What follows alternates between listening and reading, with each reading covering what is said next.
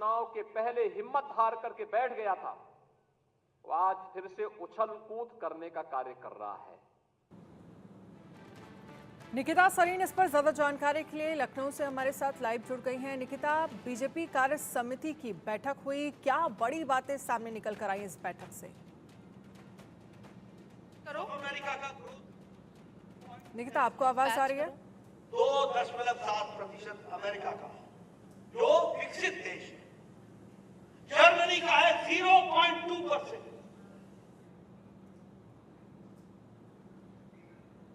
तो UP BJP कार्य समिति की अहम बैठक, जहां पर तमाम बातों का जिक्र सीएम योगी आदित्यनाथ की तरफ से किया गया। इसके साथ ही जेपी नड्डा ने भी बताया कि जो सीटें उत्तर प्रदेश में हम हारे हैं उसकी समीक्षा की जाएगी। आज मनमाना नहीं चल सकता। उत्तर प्रदेश यूपी बीजेपी कार्य समिति की अहम बैठक, और जब सिचुएशन को लेकर सवाल उठे तो ये कहा गया कि भाई ऑल इज वेल है, सब कुछ ठीक चल रहा है पार्टी में। निकिता सरीन लखनऊ से हमारे साथ ज्यादा जानकारी के लिए जुड़ गई हैं। निकिता, बीजेपी कार्य समिति की बैठक हुई, इस बैठक की क्या कुछ बड़ी बातें सामने निकल कर आ रही हैं? दूरदर्शी नेतृत्व के कारण है, इस बात को हमको समझ। और फिर बोलते हैं कि रोजगार। निकिता, आपको आवाज आ रही है मेरी? जब इकोनॉमी का साइज बढ़ता है जी जी, मुझे आवाज मिल रही है। निकिता, कार्य समिति की बैठक वहां पर चल रही है, क्या अभी तक बड़ी बातें सामने निकल कर आई हैं इस बैठक से? देखिए, भारतीय जनता पार्टी के लोकसभा चुनाव के बाद ये पहली कार्य समिति बैठक है जो सुबह से ही यहाँ चल रही है। और आपको बता दें कि इस वक्त मेरे ठीक पीछे जेपी नड्डा जी का जो संबोधन है वो लगातार चल रहा है। और साथ ही साथ मंच की तस्वीर साझा कराना चाहूंगी, जहाँ पर मुख्यमंत्री योगी आदित्यनाथ के साथ दोनों जो डिप्टी सीएम है केशव प्रसाद मौर्य और ब्रजेश पाठक, उनकी मौजूदगी है।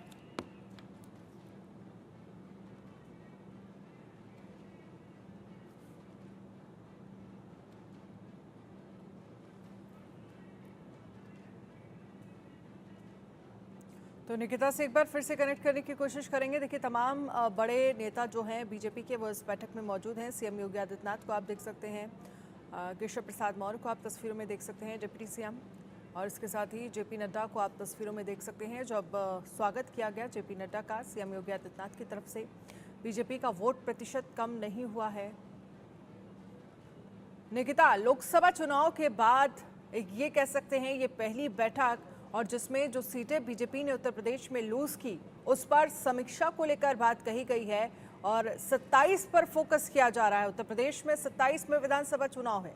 मैं यहाँ आपको ये भी बताना चाहता हूँ कि आज भारत, देखिए, 27 के साथ साथ अगर मैं बात करूं जो उपचुनाव होने हैं उसको लेकर भी ये कार्य समिति की बैठक जो है बेहद महत्वपूर्ण है। क्योंकि जिस तरीके से जो एक 19 में 64 और उसके बाद 24 में जो 33 सीटें आई हैं वो बेहद कम है। और खासतौर पर भारतीय जनता पार्टी का जो शेयर है वो भी कम हुआ है। इसी को चलते ये बैठक बेहद महत्वपूर्ण है। क्योंकि आज देखिए जिस तरीके से खुद जेपी नड्डा भी यहाँ पर मौजूद हैं और लगातार संबोधन कर रहे हैं। कई ऐसे राजनीतिक प्रस्ताव है जो पास हुए हैं कि जिस तरीके से अब विपक्ष को कैसे घेरना है, क्योंकि कई ऐसी चीजें हैं जो विपक्ष ने की है। जिस तरीके से सोशल मीडिया की अगर मैं बात करूं तो सोशल मीडिया पे भी लगातार घेरा है और जो गलत चीजें फैलाई हैं भारतीय जनता पार्टी को लेकर के, तो अब कई ऐसे प्रपोजल्स हैं जिस पर काम करने वाली है भारतीय जनता पार्टी। और यही एक वजह है कि जो संबोधन है वो लगातार यहाँ पर चल रहा है। सुबह से ये बैठक है और अब किस तरीके से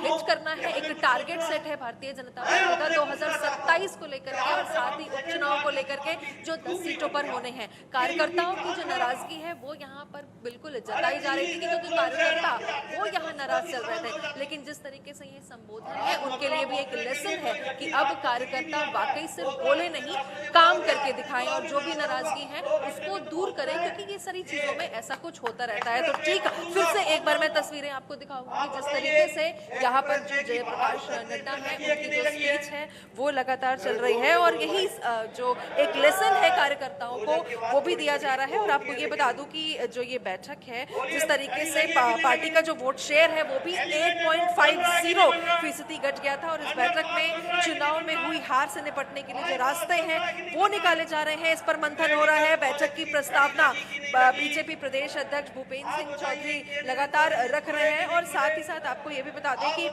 जिस तरीके से लोकसभा चुनाव में विपक्ष द्वारा संविधान में बदलाव और आरक्षण खत्म करने के नैरेटिव फैलाए जा रहे थे, गांव-गांव तक भ्रम फैलाने पर भी जो चर्चा थी, उन सभी चीजों पर आज चर्चा होगी। और यहाँ पर सभी अपने जो विपक्ष है उसमें किस तरीके से उन्होंने झूठ के जरिए अपनी राजनीति करी है, इस पर लेकर भी किस तरीके से रोक लगानी चाहिए, इस पर भी बात लगातार यहाँ पर चल रही है। सूत्रों का कहना है कि खासतौर पर जल्द ही जो 10 सीटों पर उपचुनाव होने हैं और 27 के विधानसभा चुनाव होने हैं, उसमें भी बीजेपी पूरी तरीके से अभी से ही जुट जाए। और जिस तरीके से यहाँ पर जो बैठक में किसी भी तरीके का कोई विवादित बयान या संदेश न दिया जाए, इन सभी को लेकर के पदाधिकारियों से ऐसे लोगों पर भी नजर रखने पर कहा गया है। तो सभी से साफ ये कह दिया है कि मीडिया से कोई भी बयानबाजी नहीं करेंगे और साथ ही इसके साथ अलग अलग लोगों को इसमें जिम्मेदारी दी गई है। तो ये जो पूरी राजनीतिक प्रस्ताव है, इसमें भी कुछ कई प्रमुख बातें सामने आई हैं। जिस तरीके से विपक्ष ने किस तरीके से झूठे प्रचार के कारण चुनाव में जो सफलता नहीं मिली, आरक्षण, महिलाओं जो पैसे महिलाओं पर को पैसे देने के वादे और संविधान पे सवाल खड़े करने की जो तमाम बातें हैं वो यहाँ पर की थी। तो फिलहाल खास तौर पर अब उपचुनाव को लेकर के ये बैठक बेहद जरूरी है और साथ ही साथ 27 का रोड मैप तैयार करने के लिए ये बैठक बेहद जरूरी है, जिसपे लगातार जो संबोधन है वो किया जा रहा है। और 2000 अगर हम 14 की बात करें और उसके बाद 19 की बात करें, 24 की बात करें और उससे आगे अब अपने आप को किस तरीके से एक कमबैक करना है, उस पूरी चर्चा को लेकर के यहाँ पर ये कार्य समिति की बैठक है। लोकसभा चुनाव के बाद पहली बार हो रही है, जो इस पॉइंट पे बेहद इम्पोर्टेंट है क्योंकि भारतीय जनता पार्टी को अब एक कमबैक यहाँ। चलिए निकिता, बहुत बहुत शुक्रिया तमाम जानकारी